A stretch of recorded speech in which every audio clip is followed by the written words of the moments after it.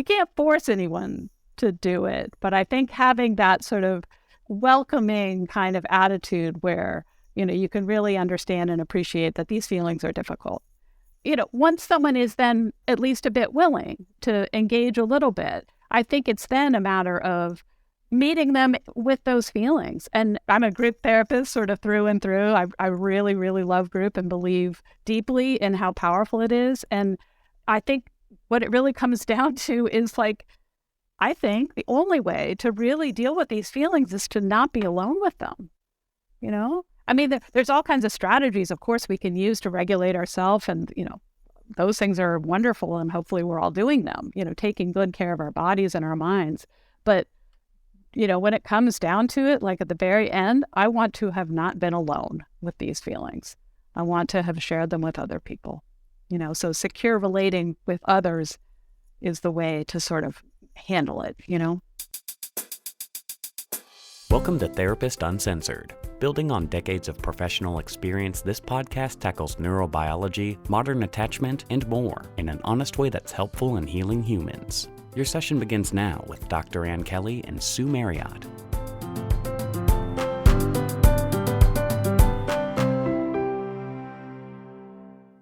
Hi, everyone. This is Ann. Today's episode is part of a series that Sue and I are doing that is about how to live securely in, frankly, an insecure world. And we can see that all over the place, right? We can see it every time we turn the news on, and even if we try to ignore the news, from gun violence, racial tension, to the media and politicians' goal of political divide and arguing.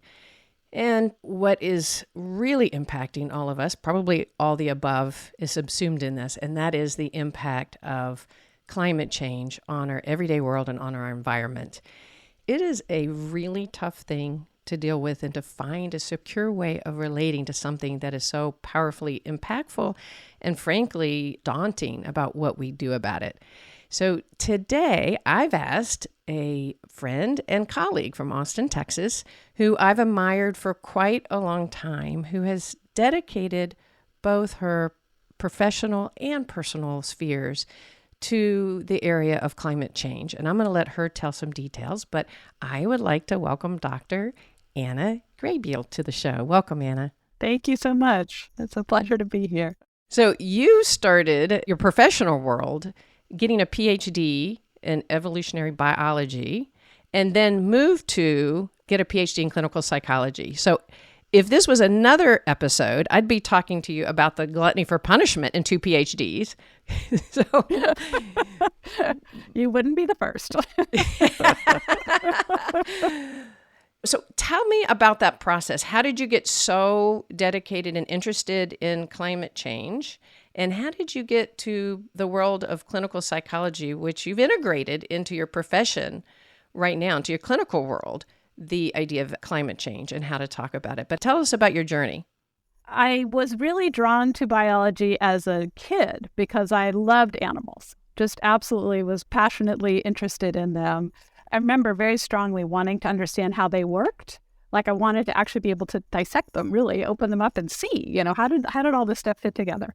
So I ended up majoring in biology in college and then deciding to go into research and got a PhD in evolutionary biology and really threw myself into that, really loved that work. And that is actually where I first learned about climate change. So that was back in the kind of late 80s, early 90s. And it was beginning to, enter sort of the public sphere, this idea that this was happening. Of course, back then, it seemed scary and alarming, but it also felt like it was going to be happening on a rather slowish timeline kind of thing. I was working at the time on a group of frogs, which has been on the planet for 200 million years. So I was kind of used to thinking in very, very, long time scales.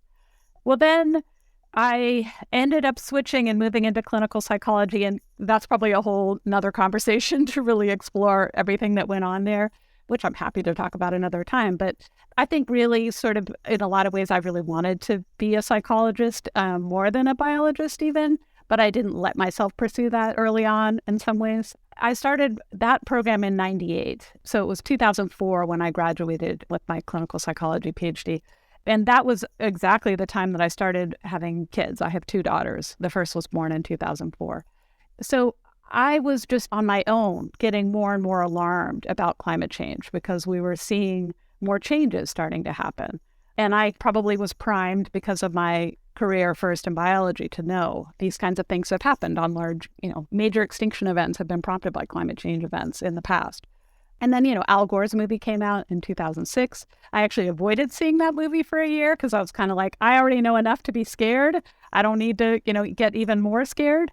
But, I would guess 2007, 8, 9, 10, sort of in that range, I started to just really feel anxious and felt like no one was looking at this. So, just in my day-to-day life, no one seemed to be talking about it. And I thought, well, I'm just being alarmist. Let me go kind of refresh and see what the current science is saying. And when I looked at that and saw it was actually even worse than scientists had predicted. I mean, you've probably seen reports like that. Every time scientists look at it, it turns out things are happening even faster than they had sort of feared it would. Yeah, listening to scientists, I mean, that has been something the more I've even honestly taken deeper dives for these episodes. It's not been helpful to me in a way, so I can really relate to you in that scene that the scientists have really shifted. That like I really related to you when you were saying back then, it felt like it was a long way off and that those that were interested in it were really sort of projecting way into the future and trying to draw our attention to something in the current that was going to affect our way future selves, right? Right. And then slowly but surely, it's not our future selves it's affecting, right? It's like this everyday experience. And it sounds like that's what was happening. The deeper you started to look, the more you were seeing. It's true. It's so scary to go and actually look at what the scientists are saying. I mean, there are even reports about how scared they are, So it's really hard to bring something to our awareness. I totally relate. Well, you didn't want to watch the movie because you already had fear. Right. I think I relate to it. I did see it, but I related to this whole idea of, I can even feel it. Like, do I really want to let this in? Like, if I let this in, what am I going to do with it? And the idea of resistance becomes really big, doesn't it? This idea that if I let it in, I have to really feel it. And that can be an incredibly scary process. Absolutely. Yeah, I love the way you're putting that. That is really where I began. So, what I first did back in 2012 is I just sort of went into action. And I got involved with this organization called Citizens Climate Lobby, which is a volunteer-based organization. At the time, they had a very small presence in Texas, but now they've grown tremendously in the last decade or so. And it's a wonderful group. They're dedicated to building the political will for a stable climate. Really wonderful group. And by the way, we're going to reference that in show notes. And it's also another reason that you came into my awareness because I'm starting to be part of that group. Seeing you in those group meetings was very rewarding. And it's an amazing group that is trying to just through grassroots and then full lobbying really get where you can feel like you're making a difference, which helps, right? A little bit at a time. But anyway, I jumped in. Keep going. Yeah, no, I like the plug. Yes, they're really working on trying to educate just regular citizens on how you can make a difference politically, how you can lobby, all those sort of stuff. So yeah, it's a wonderful group. But getting back to resistance, over time, I think the clinical psychologist in me, the therapist in me, was seeing more and more how that seems to be so much of the block for people, which is completely understandable. I really want to make that incredibly clear, that to engage with this at some level means opening up a little bit to some feeling about it. And that is really, really, really hard. And so we all, I think, have a tremendous amount of, I noticed it in myself even, a tremendous amount of resistance to going towards this very, very painful and difficult topic. That's one reason why I was excited to have you on the show. We talked actually with our son last episode. Yeah. About having some of these really difficult conversations and the resistance that comes up between generations. The generation that's super aware of it to my generation who was, as you were, you were a lot more aware than I was, but just kind of in this experience of, that's our future self. That's way out there to it's like right in front of their face. Yeah. The reason this is really relevant, like why is this relevant on a psychology podcast? And, you and I were speaking before the show about like, what is secure relating around this? how do you relate securely when this is a really scary topic? And here we're bringing it to everybody's awareness and probably maybe raising some people's awareness to a topic that they might want to push out. But one of the first things that we have to face to be able to get more secure is the awareness of our own activation, right? The awareness that it's threatening to us. Yes. And instead, we can live in our defensive system where it says we're going to push it out and not see it, or we talked last time, or get overwhelmed and kind of fall flat and feel hopeless. And neither of those is relating securely, right? We have to face it. Right. And so one of the things that you're out there really trying to help us do is to, both as individuals, but as therapists, is learn how to face it and talk about it and deal with our resistance, right? Deal with the defense that comes in. Yes. And so that's what I'd like for us to do, if we could unpack that. How do you help people? What do you recommend in this process of helping people recognize the resistance and get through it? Well, it's a big question, right? And there's there's a lot in there. So first off is understanding and validating the resistance. The resistance is there for a good reason. The feelings that climate change can stir up are incredibly strong, incredibly activating, and incredibly uncomfortable. Terror, rage at all that hasn't been done. I mean, all kinds of difficult feelings that are really hard to have. So I think first just sort of acknowledging the resistance makes sense. Of course, we're resistant to that. I've done a workshop for therapists at the American Group Psychotherapy Association for the last 4 years. And the title of the workshop is, I'd rather go out for tacos. Spoken like a true Texan. Well, it came actually from a colleague. I was talking about, what should I call this workshop? And this person said, do we have to talk about this? I'd rather go out for tacos. I mean, there's the resistance right there. Like, I don't even want to have to think about a workshop on climate change, If we could pause for that for a moment, because, when we're talking about resistance, we're talking about dealing with really, really difficult feelings. But what you're talking about is even allowing them in. Like, we should probably start with that. There's one is, how do you deal with the distress and the fear? But we're assuming there's distress and fear. And for me, for a while, like, I would let it come in and go out, but I'd rather go out for tacos, like Right. who wouldn't, right? Yes, And so exactly. like, how do you get past, like softly speaking, let's help our audience do that. If you're out there going, oh my God, I do not, why are they even bringing this topic up? Yes. How do you help people get past that initial process of I'd rather go out for tacos and help people come into the room to say, this is really relevant? What do you recommend there? Well, again, I mean, first, I think just really sort of honoring and letting people know, of course, you're resistant to this. That makes perfect sense. And I come from a modern analytic background, right? And so when we think about working with resistance from a modern analysis, there's sort of two main techniques, right? The first one is inquiry. So just being curious about it. It's a stance of, you're resistant for a reason. Your resistance probably, it must make sense. You wouldn't have it if it didn't make sense, right? So we're going to just be curious about it and see what we can understand about it. And then the second main technique is joining, which is just saying, yeah, I'd rather go out for tacos too. It's just joining the resistance and saying, yep, me too.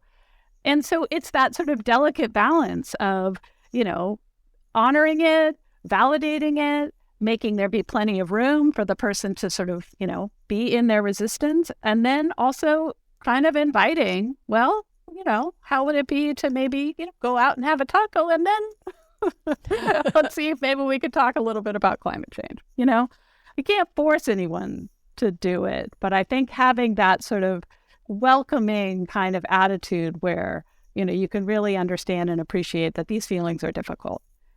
Once someone is then at least a bit willing to engage a little bit, I think it's then a matter of meeting them with those feelings. And I'm a group therapist sort of through and through. I really, really love group and believe deeply in how powerful it is. And I think what it really comes down to is I think the only way to really deal with these feelings is to not be alone with them.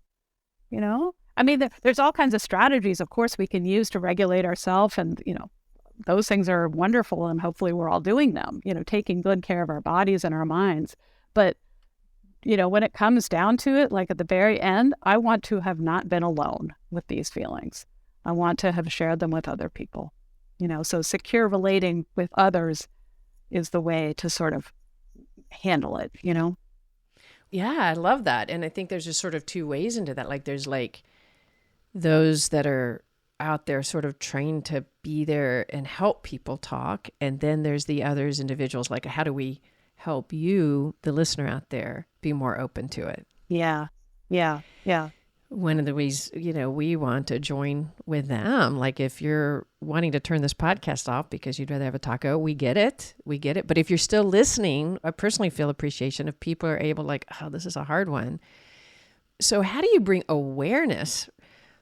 If we just ring the bell in fear and we scare the hell out of everybody, yes, and say, if we don't start paying attention, right, everything's going to go to hell in a handbasket, that hasn't necessarily helped or worked, right? We've been trying to do that for quite some time. Right. And so if fear doesn't work, is actually, who was it that the Catherine Hayhoe. Yes. Yeah. Hayhoe. Yes. Like I really loved what she was saying when she was really talking about the fact that if people are out there and they identify with a certain stance, climate change is not real, that's just a bunch of people in there trying to scare us into action and motivate us on our political sides, etc.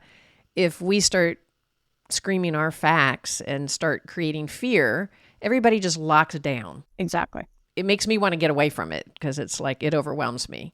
Her story is actually super interesting. She is, an atmospheric scientist. She's a climate change, researcher, but she's an exceptionally skilled communicator. I mean, she's really, really good. I've seen her talk a number of times. She's on the CCL board. She's written this beautiful book.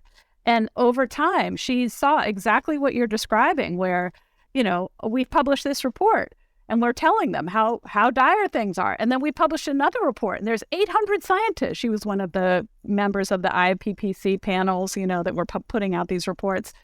We keep telling them, and it's not working.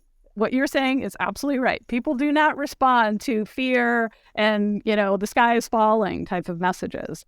I think she actually literally has moved out of a sort of a climate science department, she's at Texas Tech, into a more of a political science department, because she has realized that, what she wants to be working on is not just data and facts and trying to ring that alarm bell, but more understanding how do we engage with people. And her message is we really need to connect on shared values. So rather than using the talking point of climate change, talk about whatever is relevant in the community you live in. And like for her, it's, water. And, are they going to have enough water up in, Lubbock, Texas, as things get warmer and warmer? And that's an issue where you can kind of skirt around some of that really politically charged stuff and actually focus on an issue. I mean, for us as therapists, I think we're looking even more down at the level of the emotions and trying to connect there. So not just trying to scare people, of course, but to say, I can understand you're scared. I'm scared too. But could we try to be in this together and talking to each other about this, as opposed to trying to persuade each other or get each other to do something or whatever? The goal is just to be together, not necessarily to do something, I guess, if that makes sense. Yeah, no, it makes a lot of sense, because that's what we're talking about in secure relating, right? Like, is we have to relate. How do we more securely relate in an insecure world? It isn't just how do we feel more secure, because we're not out. We could feel more secure by pushing all the information out. Right. If we think of security as what we feel in our world, like, oh, I don't see it, so I feel very secure. Right. But what you're saying is so important. How do we relate to one another in a more secure way, so that we can make movement? And I loved her TED Talk, actually, because it ends with hope, right? Like, because if we're screaming and yelling, if we don't do anything and everything's about to go to hell in a handbasket, why would I even pay attention? Right. Yeah. Why not just party until the ship goes down kind of thing? Absolutely. So it's like trying to be able to find hope and solutions, and the message that as therapists, right? We're both psychologists, and we're out there trying to, like, how do we have our impact in this world on this topic? And for us right now, it's getting people more comfortable, or trying to be part of the process of helping people talk about it. Because if we can talk about it, in our own world, in our own sphere, what small part of our sphere can we impact? Yes. I think of like group is such a powerful format for helping people work on talking when emotions are very activated. Modern analysts call it progressive emotional communication.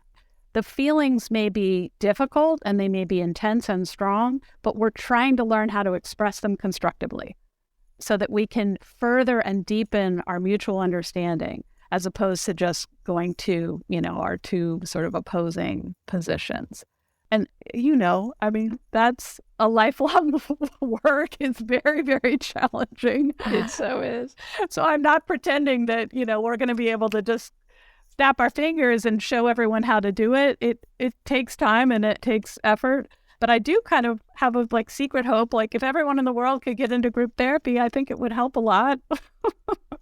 I love that hope. Let's make a support. And not only that can group therapists help people get through this process, and can individual therapists help get through this process?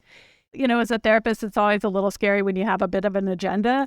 And so I sometimes worry, is this having too much of an agenda? But I do feel like if we do our own personal work to sort of own up to our own resistance, trust me, I've had my own as well. I have it every day, probably. There's some level of resistance. I don't want to think about it today, that kind of thing. But if we do our own work on that and we begin to do our own talking about what do we feel when we think about climate change, I think we begin then to notice when our clients may say things that open, they may come in and say, wow, the weather is really strange today. I've never seen it this hot so early. And we could think of that as, oh, that's just a, little comment about the weather. Or we could ask more about, how is that for you? So I guess I do believe that as individual therapists and as group therapists, we can be trying to really be aware of that. It's happening everywhere. I think at some level, whether it's conscious or not, we're all kind of feeling it. And so just doing our own work first, so we're then in a place to be able to hear it when maybe it's starting to enter the room and help people talk about it. I think there's a lot there.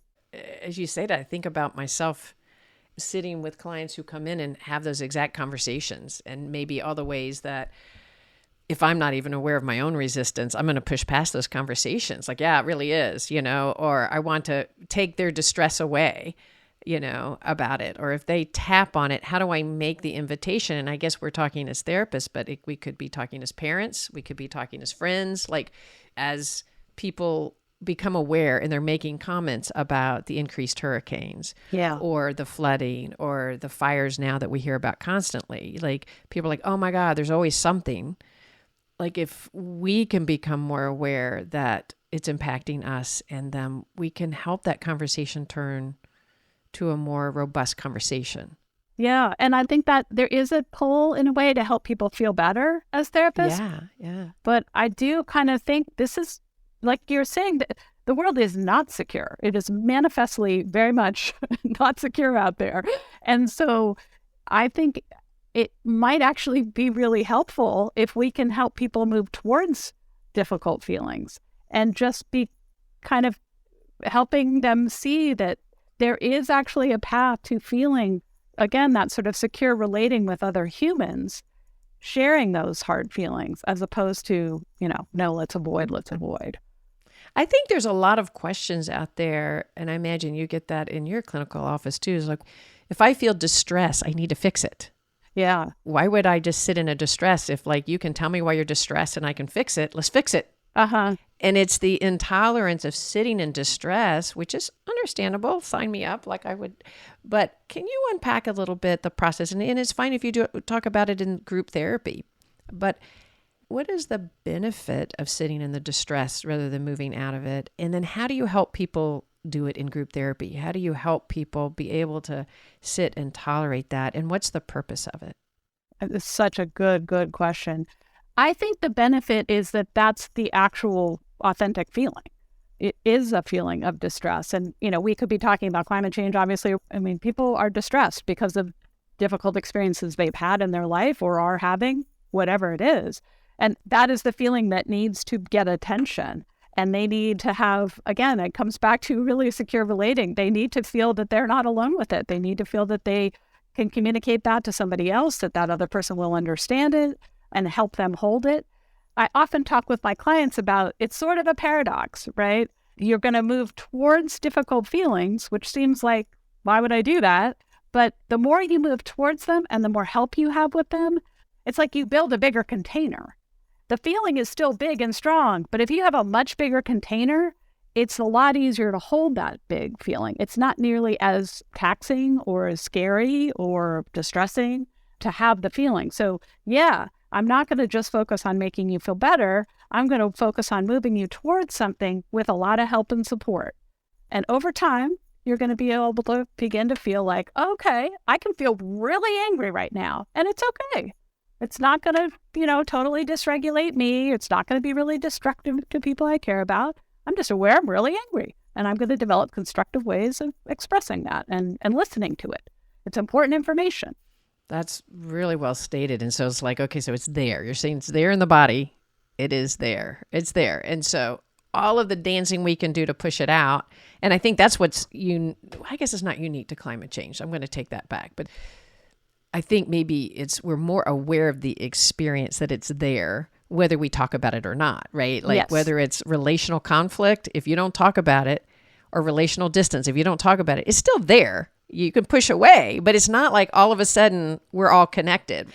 And so with the issues of the climate, it's there whether we're talking about it or not. And by not talking about it, it's in our body, it's in our world, and it's really going to have this very detrimental effect. So if we don't talk about it in a relationship, it demises the relationship. But right now, the more we don't talk about it and really think about it in our world, we're just going to keep seeing the impact. Exactly. And it's unfortunately accelerating, and getting even worse and worse and worse. I mean, at some level, of course, I do hope that the more people can move into working with their resistance, giving themselves the space they need to kind of take their time to do that, but eventually, ultimately moving towards having more comfort with having these feelings and not being alone with them, then hopefully maybe, there's more room for them to go into some kind of action if that's what they want.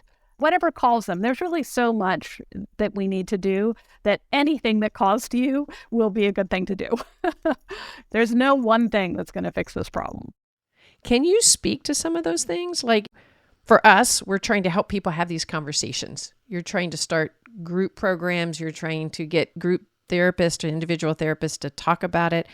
And in that way, that has that trickle down effect, because the more people can talk about it, and again, we're saying talk about it together so you're not alone, and that you have a higher container that gives you more hope. And then you can open up to the fact that if I don't just ignore it and I bring it in, I can actually be part of something. Yes, exactly. One thing I do want to mention that I've actually just started in the last, I guess it's about 2 months now, is a training group for therapists. So it's a weekly group for therapists who are interested in climate and, all the things associated, which is kind of everything. But it's a place for those therapists to get support and not be alone with their feelings about climate, and also be kind of learning how group works by being in a group with each other, because that's the best way to learn group, right, is to be in a group, and then supporting each other in, the kind of clinical work that they may end up doing, whether it's with individual clients or maybe starting their own climate groups, that kind of thing. So that's been a really exciting and wonderful direction that I've been going recently. Oh, that's so exciting. So we will put that contact information in the show notes. And what about if individuals that may want to join a group themselves, not a therapist, but any listeners? Absolutely. I have done a couple of short-term groups. I imagine sort of a 10-week group for people to approach and think about climate change. As a therapist, as the leader, it's been really sad for me when those groups end.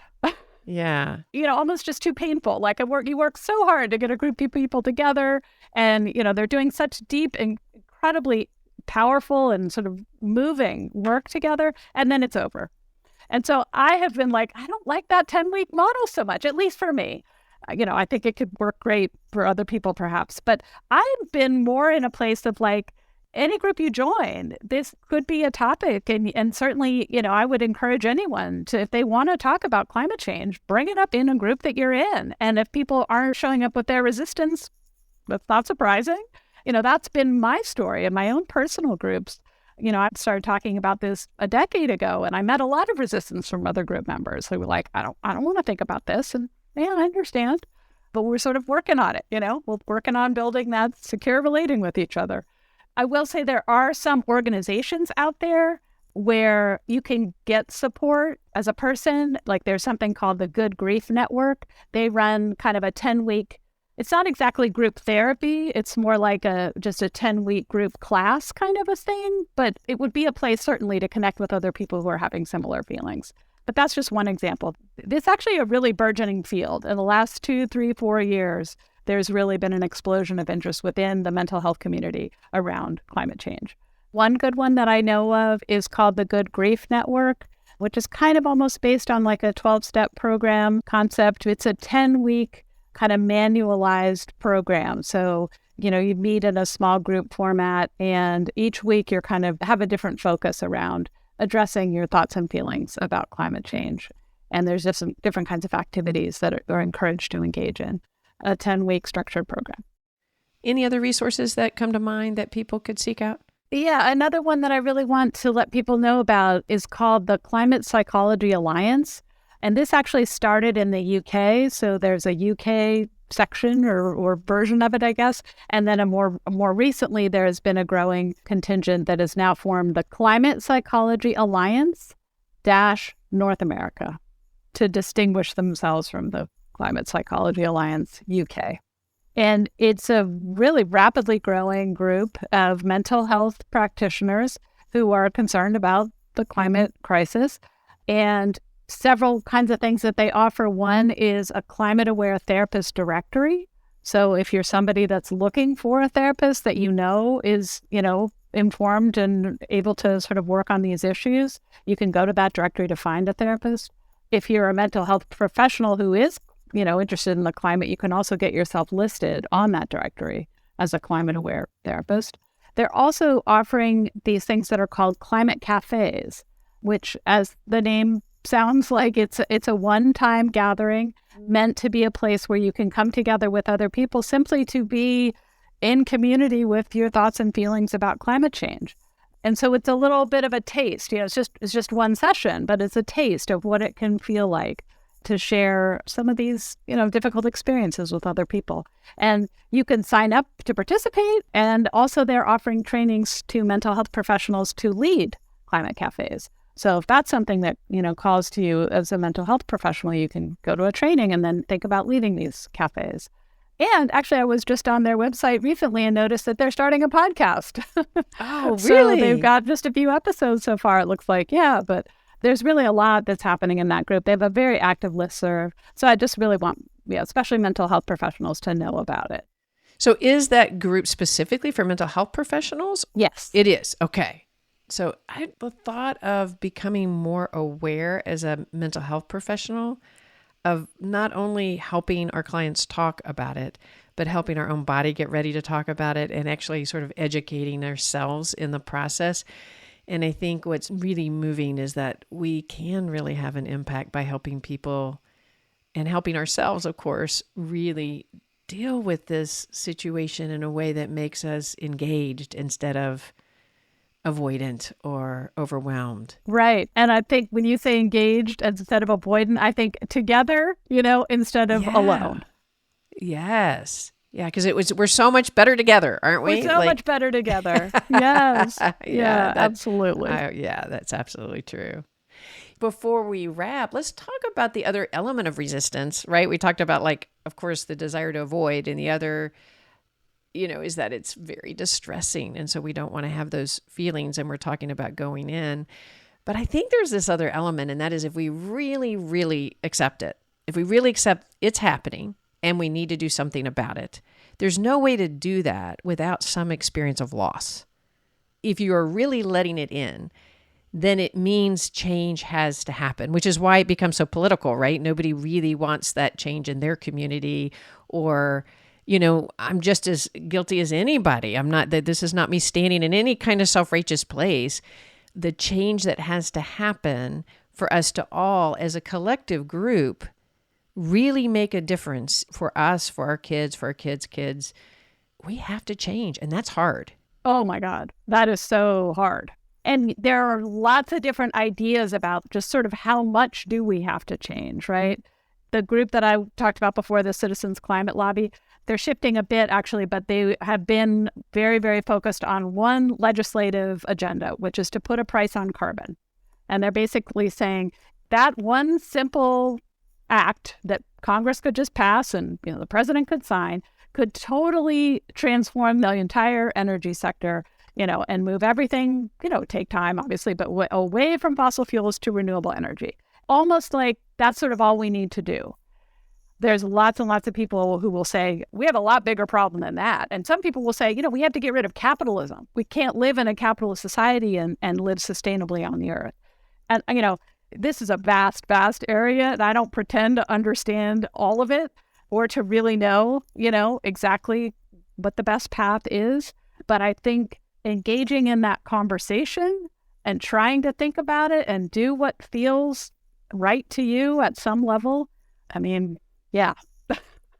It's so interesting that, like when you say do what's right to you on some level, that is something that I struggle with because there's not a really good answer, right? Like I remember actually, back when I was, burgeoning college student in weird liberal Austin, Texas, and I'd go back to my family and I'd be like touting recycling and they would eye roll me and they thought it was ridiculous, right? And I think I'm saving the world. Well, right now, recycling is not enough. Like, you know what I'm saying? Not even close. Right. So the individual things we can do, while they're hugely important, and I want to talk about that before we end. What are the individual, if we decided to do nothing else after listening to this podcast, but a few things, I guess my point was we can't just be satisfied because we're recycling. Yeah, and we had to really look out for sort of that greenwashing thing that thinking, because I'm doing this thing, then I'm helping. And meanwhile, yeah, you're not. It's not making a difference. Well, say more about that. Well, like the recycling thing that, you're right. Recycling, at least the way I understand it right now, is not making a bit of difference at all because no one's buying our recycled goods. And so the greenwashing idea is that they're sort of touting that, we're doing such good stuff, but then what they're actually doing really is a drop in the bucket. And that's what's frustrating, right? Because any individual action is a drop in the bucket by definition, Yes. Some things you could do. You could get an electric car. You could get solar panels on your house. Those are big expenses, though. Not everyone can afford to do that, obviously. Another thing you can do is really sort of try and find good offsets that you can buy, offset credits or whatever. There's an organization I've heard about that's supposed to be really good called Tradewater. And you can calculate, how much per month do I need to contribute to them? They what they do is they collect chlorofluorocarbons out of the atmosphere that are really, really potent greenhouse gases. And so you calculate what's my utility bill and how much do I need to sort of offset? How much do I need to pay them every month to offset? So there's lots of things like that. Trying to eat less meat. The agriculture industry is a huge problem, and red meat in particular.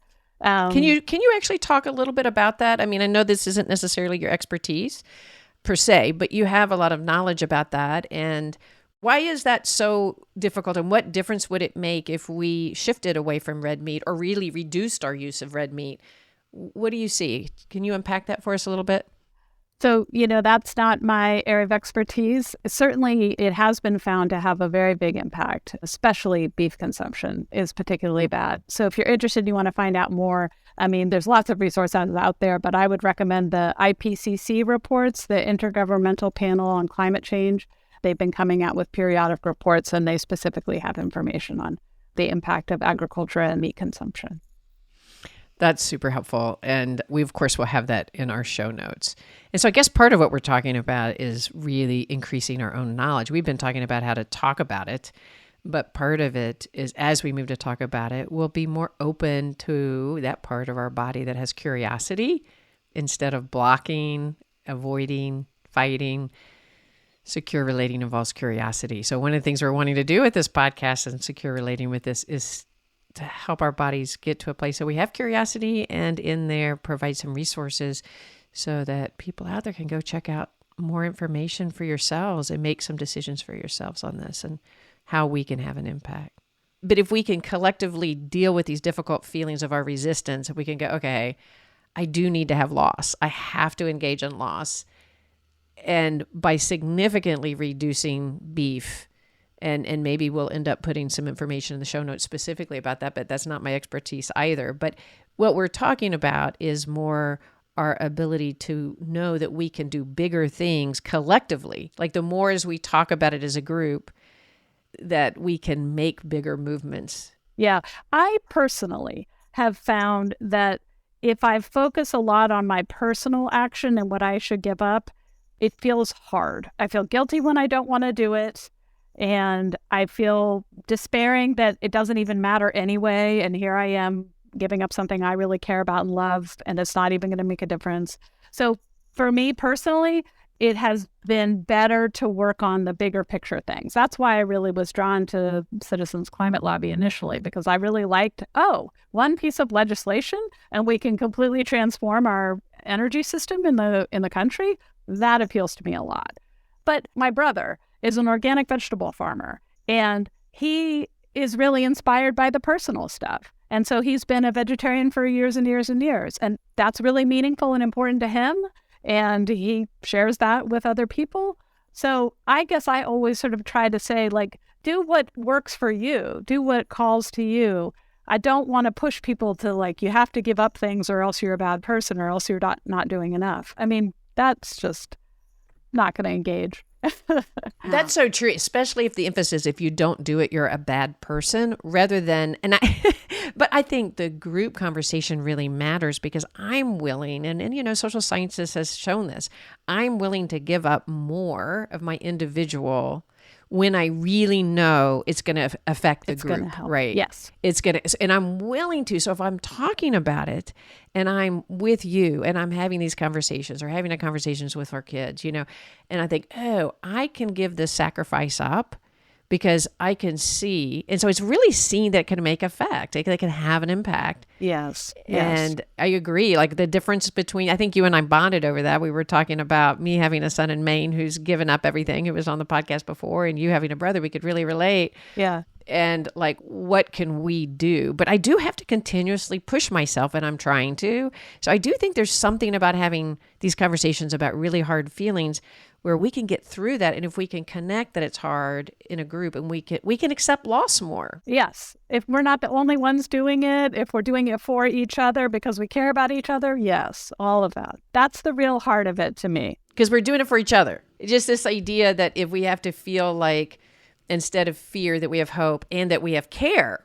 To me, secure relating is getting away from the me, myself, and I.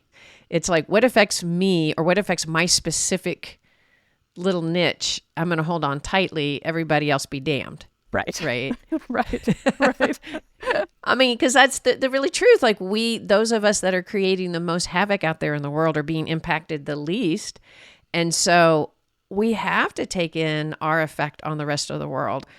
I just think of it as sort of the idea of being on your deathbed, and what's going to have mattered to you in your life, And it's like, not that you got the most of something, but that you were deeply connected to people that you loved and that loved you back. Over and over again, we see that that's what really, matters the most. Yeah. And when you're really connected and you're willing to sacrifice for one another, it really impacts you positively, right? Like this idea that if I can give up some loss, it's not going to be, I don't see myself in my current world living on a farm, but I have so much more admiration for those and the education I've gotten about how important it is to have sustainable food sources and to really support that. That's not just some, wild idea out there. Some fringe thing. Yeah. Yeah. How to eat more locally, how to require less for things to be, I have to have the strawberry that's flown in from Chile, or, I'm obviously making that up, but like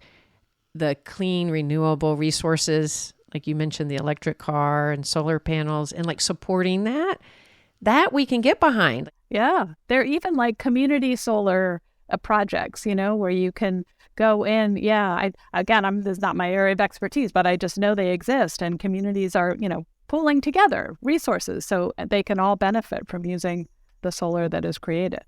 Where would somebody find that kind of information out if they were interested in, like, let's say their particular thing? I mean, I would just Google, community solar project and start sort of that process, maybe with Austin, Texas, if you're looking in Austin. So what else, if we talk more things to do, anything else that comes to mind if people are out there learning to really have these kind of conversations? That I really think as people and as therapists, talking about it, moving towards talking to each other about it and trying to be really mindful of how stirring it is emotionally and how we need to be with each other with that activation that comes with these discussions. And we therapists and psychologists know a lot about what that means, how to help people be with really difficult feelings and still be engaged, again, in this sort of productive emotional conversation. That is really more and more first and foremost for me. I mean, there's so many different actions that can be taken, but I feel like we all need that emotional support and being with each other around those feelings. Even as you were saying that, I felt myself open up to the conversation more, right? Not because I want to, but as I could feel my body relaxing as you were saying that. Because what you're saying is like how important it is to talk about it. Like if we talk about it and if we join and we go through this hard things together, we're going to feel closer in our community and on our planet to working together rather than the infighting and like, no, I'm going to hold on to my coal in this area and like, wait, we can do this together by talking about it and making sure that the conversations are really relevant. And I started this episode off saying that I really admire and respect you because that is part of what I feel like you are a leader in the community about, even when it's hard. I can remember you saying, hey, do you want to be part of this group? It was years ago. And I'm like, I'm so busy. Yeah, that sounds really wonderful, right? But no. But the irony is it lodged in me. Like I never forgot that, right? Like you had said, I wasn't ready for something like that. I didn't know, I think even at this time I would even have a podcast. I can't even tell you how long ago that was, to be honest with you. But I do remember it.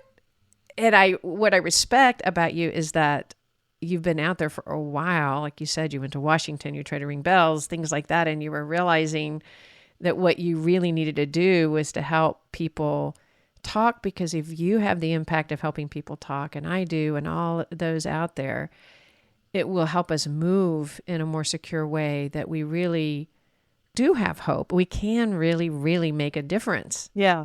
I love that so much. And I love that lodged in you so many years ago. That actually really feels good to know, planting seeds. And also, I don't know if this is maybe dark, but it really does bring me comfort, even if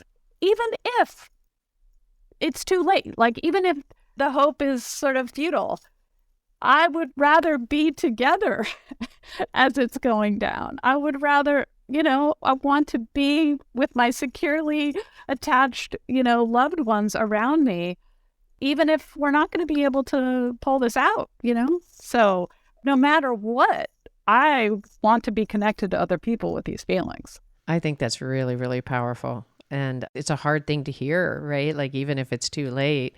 And then I'm sort of that known in my family as the eternal optimist in this, right? So, and it's led to some of my resistance, actually. I talked about that in the last podcast, that it leads to my resistance. But I also think it's my strength. So what I love is your strength is seeing it for real, seeing how hard it is, getting us talking about it, even if it is, because how much it can move us. Yeah. And yet, like for me, I know that we can have an impact. We can certainly help it not be as bad. We can absolutely do that. Yeah, I think science is showing that our climate's getting warmer. We're not going to avoid that. How warm it's going to get, how rapidly. We can have a huge impact on that. We can have a huge impact. How your kids are impacted by this, how my kids, how their kids significantly can be, and those kind of things of like getting involved, like when it's even on a political level, when people are talking about this is an important thing. If we'd had only listened when it was brought up to LBJ 50 years ago, like if we would really, really listen, we'd be in a different place. So right now, here we are here. We don't want to look back 20 years from now and say, if we'd only listened, because if we have that hope and we have that connection, you were the one that recommended that TED Talk. The Catherine Hayhock. Yeah. Yeah, it really is good. But one of the things that, like you said, she moved into this like social science kind of perspective, political science. And like, if you and your community can have this impact, and you over here in this community can have that impact. And we're all having different levels of impact in our sphere. Instead of thinking that, oh, I can't affect a huge climate, I can't affect the whole thing, so I'm just going to give up. But if you can affect what's broadly in your sphere. Right. At whatever level, if you can affect your neighbors by putting solar panels on your house, or really, we need to do all of it. So any impact you have in whatever way is really helpful. It's going to be helpful in the bigger thing. It's going to help you, and this is a secure relating position. It's going to help you feel agency. Right. And then you actually will be having agency. So that is the secure relating part that we're saying. And that is dealing with the hard feelings, dealing with the activation, getting involved, having the hard conversations, and then affecting the way we can while dealing with the reality that we exist in. Right. Yeah. And not being alone, doing all of that together. Yeah. I love that you bring it back to that each time, how important that is, that you're not alone. And I think that's why we want to have these conversations where you were, you're not, if you're out there as a listener and you've been feeling this anxiety and turning it off, or maybe trying to talk to people about it and am I overreacting? No, you're not alone. Let's have these conversations. Yeah. Well, I really appreciate you coming on the show. Thank you. It's been such a pleasure. I really appreciate you having me and you engaging in this. I know it's hard. How would people contact you if they were interested in maybe being part of some of the groups that you're interested in, or forming more groups? Probably the best way would be to go to my website, which is just annagraybeal.com. And I've got my phone number and stuff listed there, so they can just reach out that way. Okay, great. We will have that in the show notes. All right, you guys, thanks for listening. And if you have found this information powerful and helpful, which I hope that you do, please feel the desire to pass it on so that other people can be impacted. It helps us if you rate and review us. And if anyone out there feels like they can, because not everyone can, to help support us through Patreon or Supercast, just for $5 a month, you could be part of getting our message about secure relating far and wide. So you would just go to TherapistUncensored/join and sign up there. All right. Thanks so much, and we'll see you around the bend.